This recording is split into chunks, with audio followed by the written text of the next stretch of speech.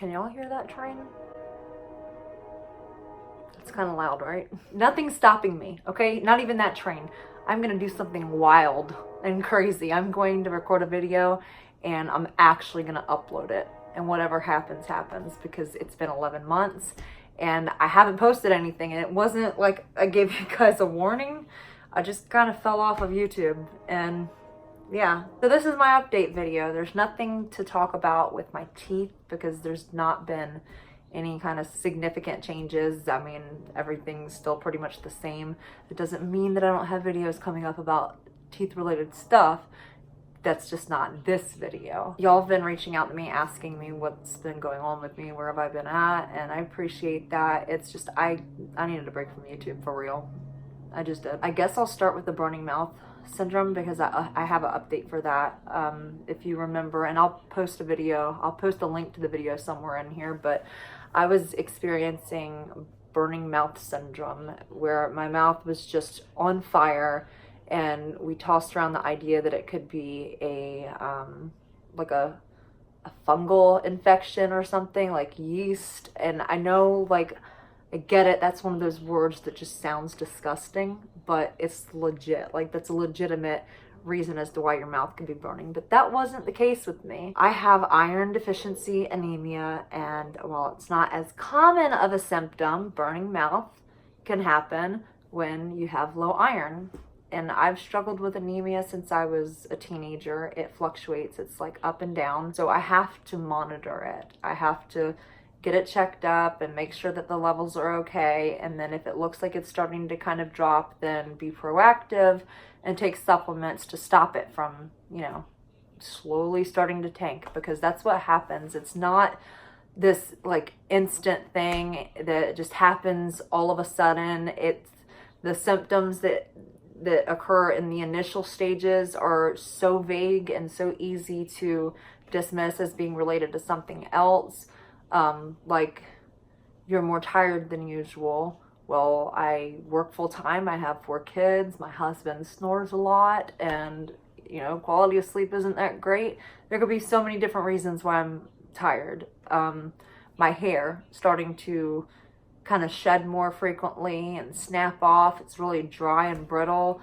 I use a flat iron and I dye my hair and I bleach my hair and do all kinds of stuff to my hair. That could be it. So those aren't like really good warning signs that something could be wrong. It's usually, for me, when it gets to that crazy level where I'm like borderline needing a blood transfusion, where I'm like, okay, something's off here. And that's what happened last year.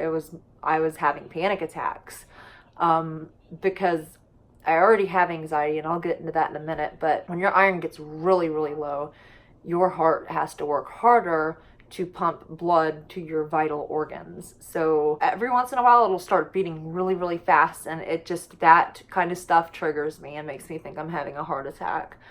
Heavier breathing, like feeling winded from normal daily activities, feeling lightheaded, dizzy, just like a whole host of different symptoms that start to kind of trigger my anxiety, because I have generalized anxiety disorder, but my primary problem with anxiety is I have health anxiety, which is a nice way to say that I'm a hypochondriac.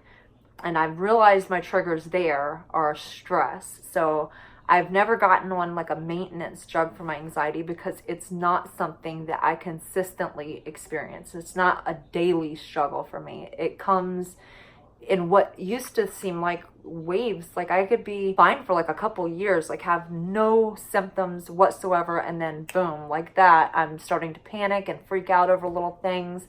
And since I've been, you know, paying more attention to it and kind of journaling symptoms and like what's going on in my life and stuff, I realized that it's stress that triggers my anxiety. You've got major life events that can cause immediate stress, like changing jobs or losing a job, losing a loved one, getting diagnosed with, you know, some major health issue, different types of crises that happen that can trigger stress. But then there's that silent killer, which is the everyday grind and just not dealing with stress like you should, like in a healthy way. I used to blog all the time. I had a blog from 2005 on MySpace, and then I switched to WordPress in 2008, and I had been blogging for a long time because for me, writing is like therapy. Like, people think that that sounds crazy, but it's honestly the truth. That has always been my coping mechanism to deal with overthinking and stuff like that. I can just kind of do a brain dump and get rid of all of that. But when I went back to work, I didn't have any extra time to do that. I stopped blogging, and I started to kind of compartmentalize things so that it wouldn't affect my job. It wouldn't affect me with the kids and stuff. And that can be good short term, but long term, it's not good because that weight just gets heavier and heavier.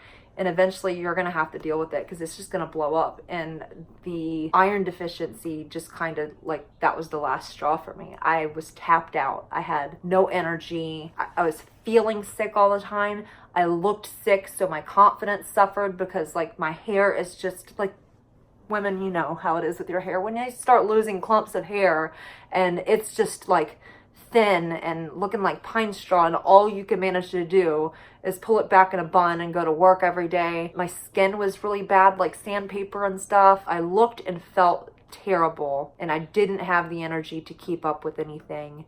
And then just over the year, compartmentalizing all of the daily stresses and stuff, I just reached the breaking point, and it didn't translate well on video because I try to keep this channel as positive as possible, not like fake positive or anything, because everything that I tell you guys is literally what I did. I couldn't have made it through my journey with my teeth if it weren't for me intentionally focusing on the goal and keeping positive and just shutting down all of those negative thoughts. Like, that's a good example of when you should compartmentalize things. Like, when you have to get something done, then you have to shut all that extra stuff out. And I'm good at being able to do that, but trying to do it like that long term, it's just not a good idea. I didn't want to transfer my stress to you guys, and it comes across on camera. It's something that you can't hide. And then when you try to hide it, which I did, like, I'd sit down, I'd try to record a video, but it just didn't feel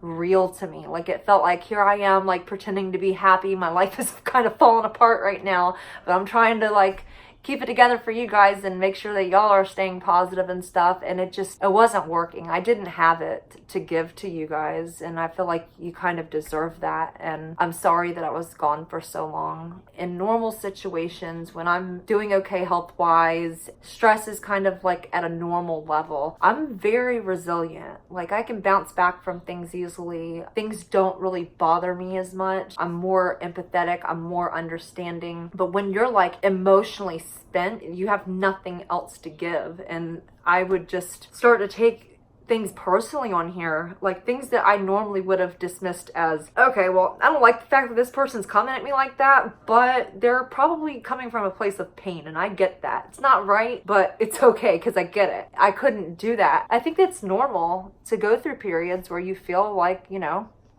you're not your best self. And that's what it was. I wasn't my best self. So with that said, I would actually like to start using my other channels so that I can talk about those things without bogging down this channel with all kinds of unrelated content. I think that this channel is amazing the way that it is, with everything, you know, kind of relative to dentistry, dentures, implants, and that sort of thing. But I would like to talk about things like my anxiety or my iron deficiency or the books that I like to read or the hikes that I take with my kids and stuff.